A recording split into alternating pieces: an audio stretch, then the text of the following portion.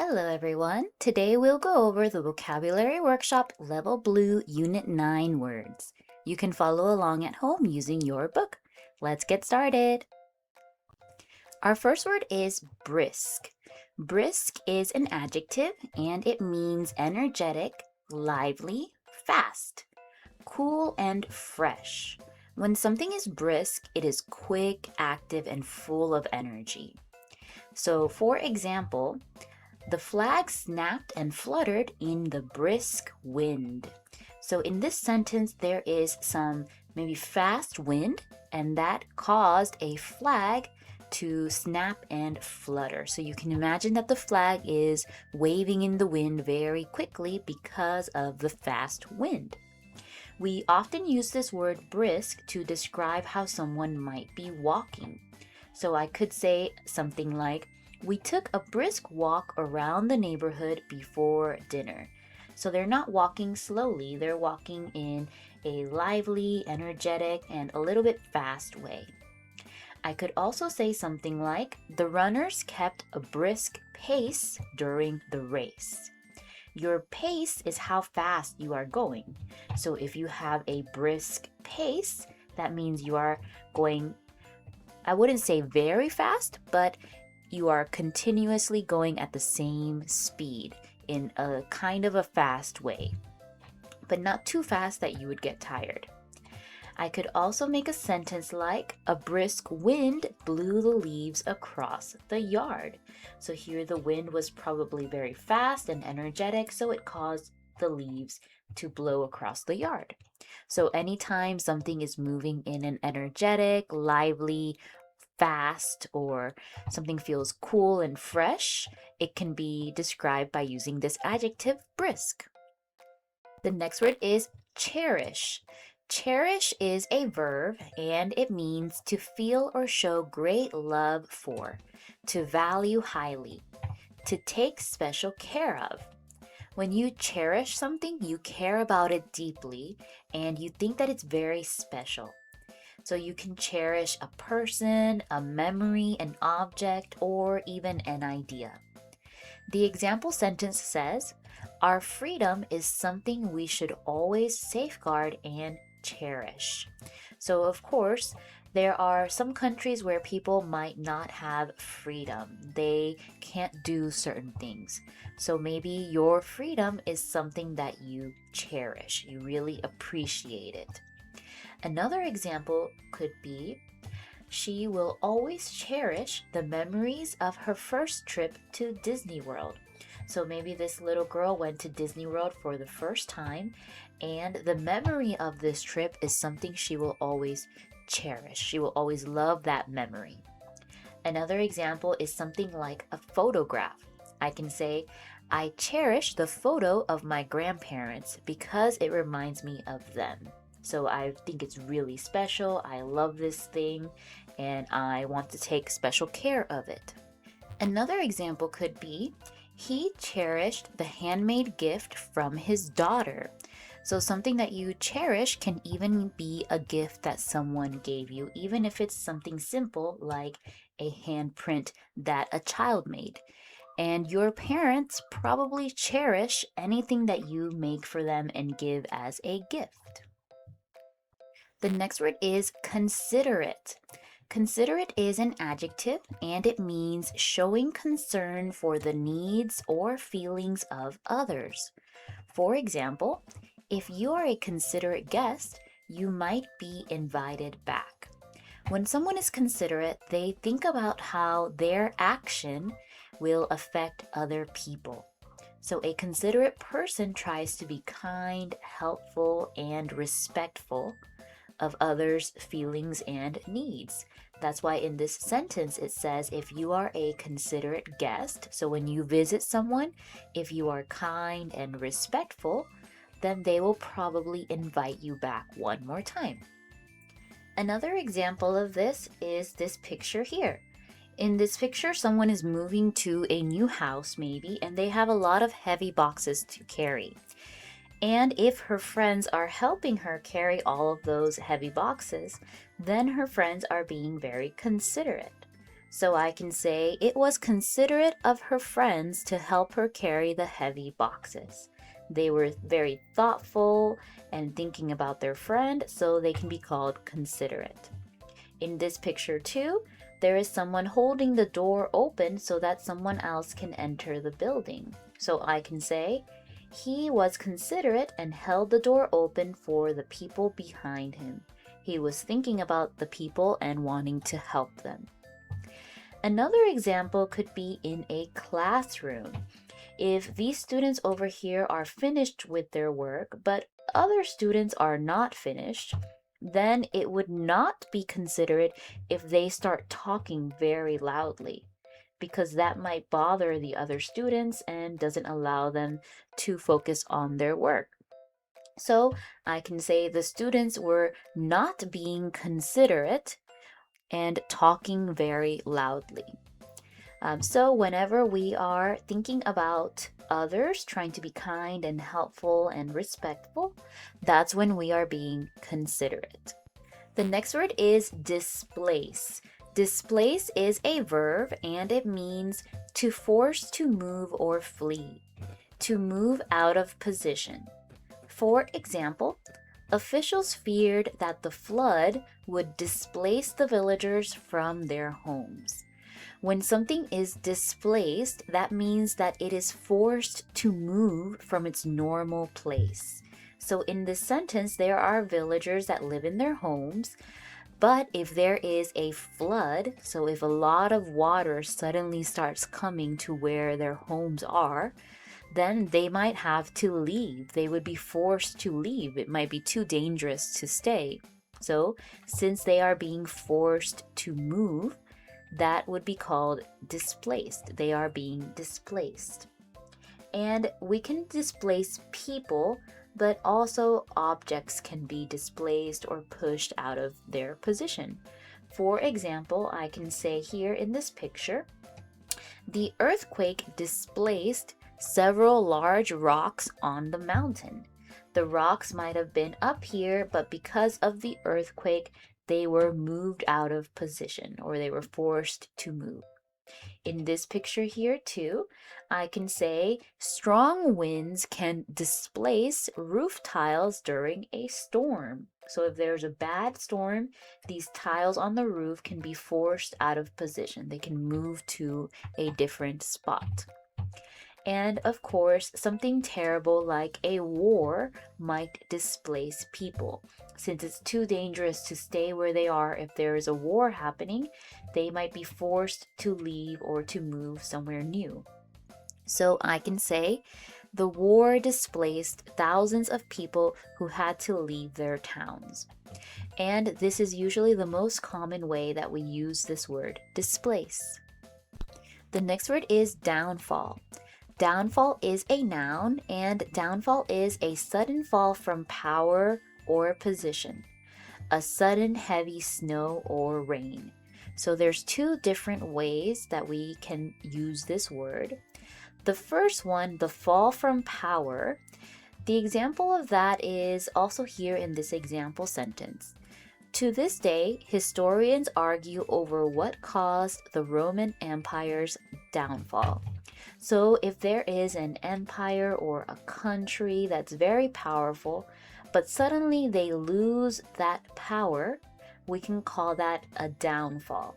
So this sentence is saying that people don't know what happened to this empire long ago. We don't know why it lost power. So they're arguing over what was the real cause of the downfall. I could also say something like, the king's greed led to his downfall. So because he was very greedy and he wanted to keep all the gold for himself, that caused him to lose power. Maybe it made other people very upset and they might have fought against the king. Another example of that could be, the company's downfall began when it stopped listening to its customers. So maybe the company just wanted to do whatever it wanted to do, but the customers didn't like it. So because of that, they might have lost customers, and that caused the company to lose money and go into a downfall.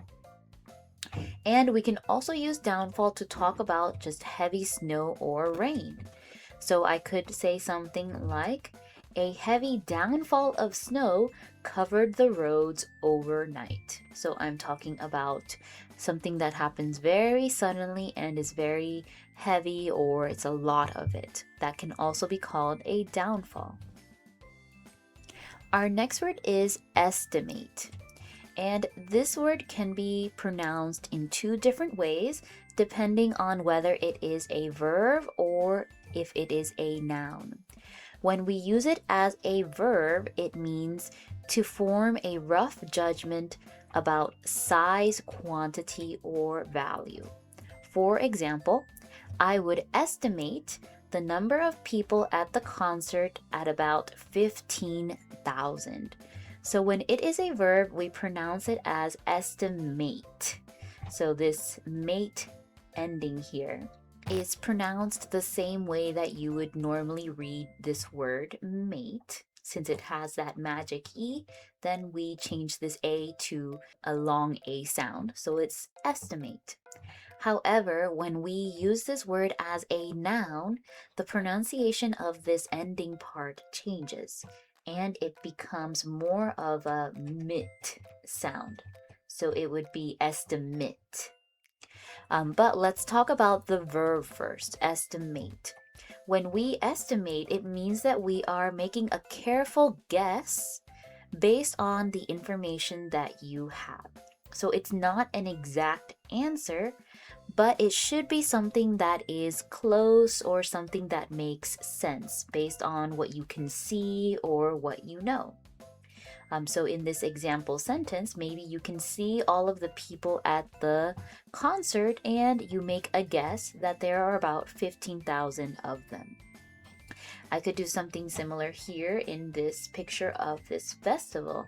I could say, I estimate that there are about 200 people at the festival because I can see all of the people here, and when I look at it, I think there's probably about 200. So that's my estimate.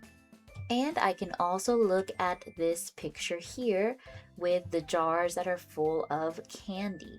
This first jar has 100 and this second jar has 400. So just by looking at this amount and then this amount, we can estimate how many candies might be in this middle jar here. So I can say, can you estimate how many candies are in the jar? Now remember, we are using estimate, the action, as a verb. We are making that guess. But we can also use it as a noun. The definition is a rough calculation, a careful guess. So we are still talking about the same thing. We're just using it as a noun now. And the example sentence says, the mechanic gave us an estimate for the auto repairs. Remember, we're pronouncing the ending as MIT now, so estimate. And for this example, imagine that there is a car that was in an accident and it needs to be repaired. So a mechanic, or the people who fix cars, might take a look at everything that's wrong with the car, and they will decide an estimate for how much it will cost to fix the car. So the estimate is a guess of how much they think it will cost. It might be more or it might be less, but the estimate is just a rough amount, what they think that it will cost. I could also say something like, my estimate was close but not exactly correct. For example, if I did finally estimate how many candies were in this jar, I can say now as a noun, my estimate was close but not correct. The next word is humiliate. Humiliate is a verb and it means to hurt someone's self-respect or pride. So when you humiliate someone, you're making them feel very embarrassed or ashamed. It's stronger than just being hurtful or teasing someone, because it really makes that person feel terrible and it might cause them to lose their own self-respect. So humiliating someone is not a good thing at all. The example sentence says, our opponents accused us of trying to humiliate them by running up the score. And what this sentence is talking about is, imagine if there is a game going on between two different teams, and one team is obviously better than the other team. So that team that is better just tries to run up the score on purpose. So they know that they are better, so they're going to try to get as many points as they can, even though they know that they're obviously going to win the game anyway. So in the end, there might be a score like this, where the bad team only has 2 points and the good team has something like 107 points. So in this situation, this team might be humiliated because they already knew that they were bad. They didn't need the other team to score 107 points. So that would obviously make them feel very bad. Another example could be here in this picture.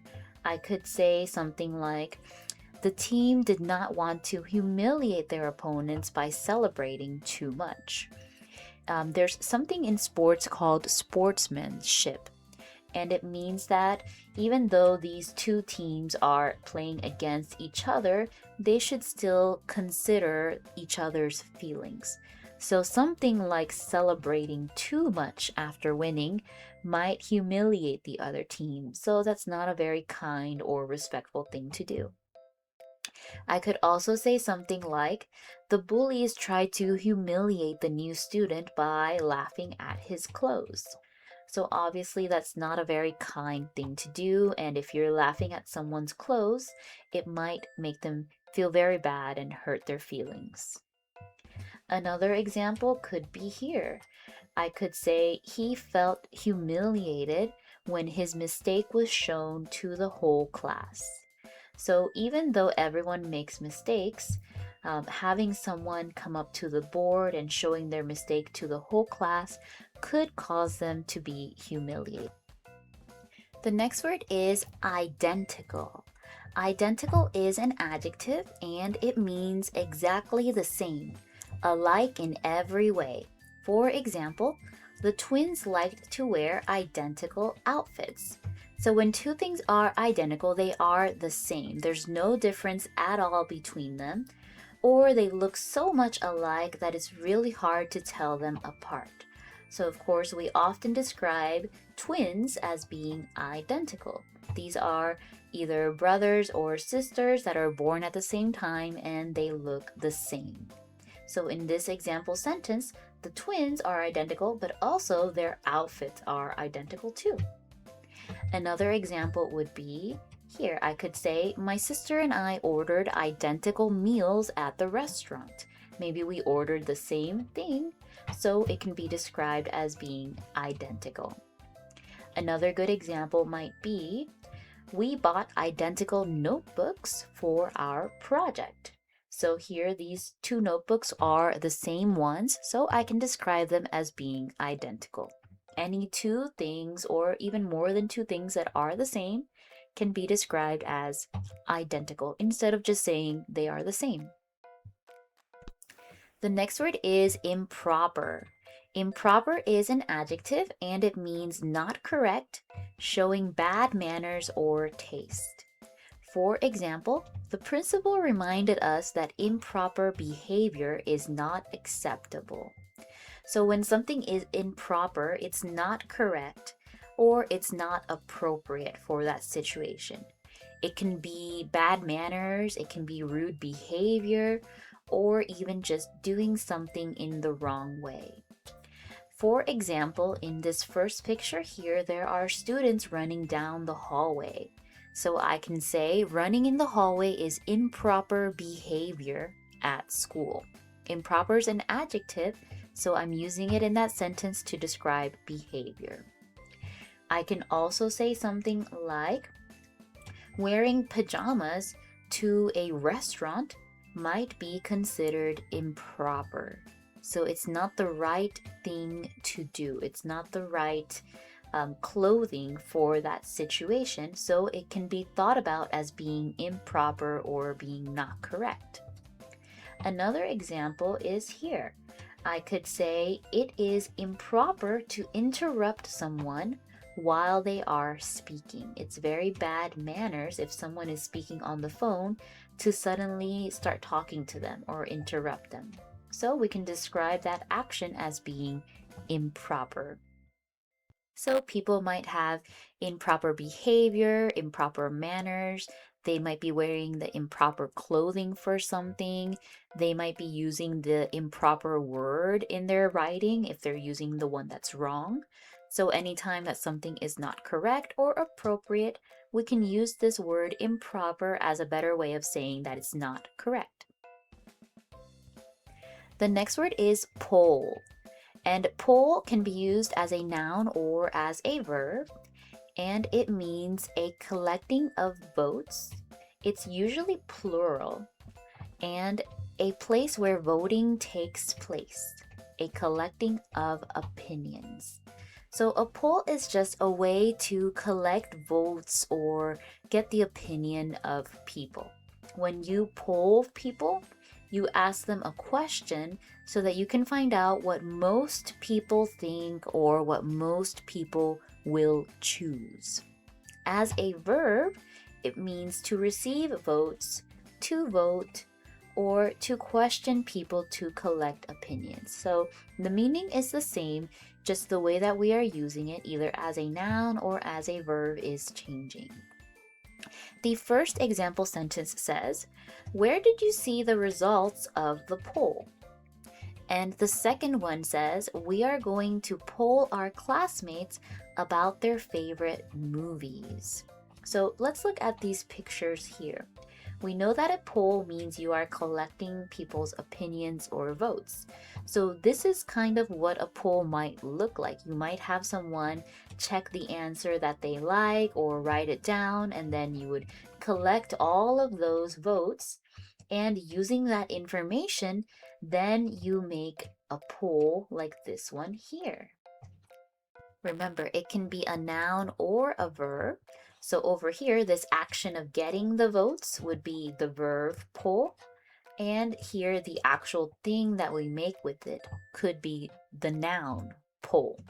So in this example, there was a poll in a class about the student's favorite food with peanut butter in it. And there's different options that they could choose from, such as cookies, peanut butter and jelly sandwiches, just toast with peanut butter, pancakes, crackers, apples and bananas, and some other options here. And if you're looking at this poll of everyone's favorite foods with peanut butter, you can see which one has the most votes. And the answer is the crackers. So in that class, the students think that their favorite food with peanut butter is the crackers. So that would be the result of the poll. This is the option that won. So you might do a poll to learn about people. You might want to learn what their favorite foods are or what their favorite movies are. You can take a poll to choose something. For example, if your class wants to choose what book to read next, then you might do a poll in the class. You can do a poll to see which game your class wants to play. Or like in this picture here, there is a poll of everyone's favorite school lunch. And the options are over here. There's pizza, hamburger, salad, chicken sandwich, or tacos. And you can see this dark blue color had the most votes. So it turns out that everyone's favorite school lunch is pizza. So that is the result of the poll. Have you ever taken a poll in your class before? The next word is soothe. Soothe is a verb and it means to make calm, to ease pain or sorrow. For example, a nurse tried to soothe the fussy child. So when you soothe someone, you help them feel calmer or more comfortable. You can soothe pain, sadness, fear, or worries. You're trying to make them feel better. And usually you do some kind of action, such as a hug or using kind words to soothe people. Um, Soothe can also be used to describe items that might make you feel better. So in this example here, this person might be sick and have a sore throat. So I could say, warm tea helped soothe my sore throat. It helped make it better. It helped make the pain go away. So it soothes me. Another example might be here. I can say, she patted the dog to soothe it during the thunderstorm. Maybe this dog is scared of storms and it was hiding or crying.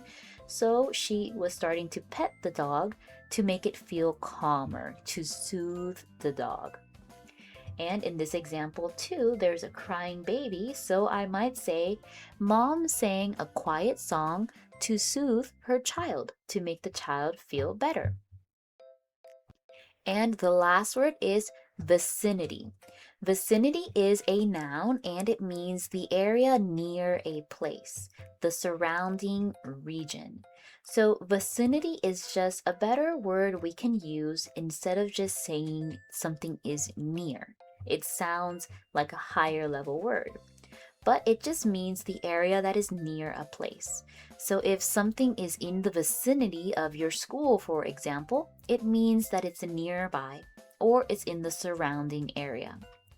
The example sentence says, there is a park in the vicinity of our school. So if your school is here, then maybe the park is nearby. It can either be right next to it or very close by. I can also make a sentence like, the teacher asked the students to stay in the vicinity of the playground. So she wants them to stay in the area near the playground. She doesn't want them to go too far away from the playground. Another example could be here in this picture. Maybe there was a bad car accident, and I could say something like, people in the vicinity heard the loud crash.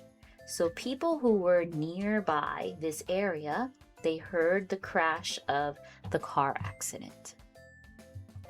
So anytime that you want to say something is nearby or close by, you can use this word vicinity instead. And we do use it together with in the vicinity most often. So something is in the vicinity of something else. And that's all for this video. Thank you so much for listening, and I'll see you next time. Bye!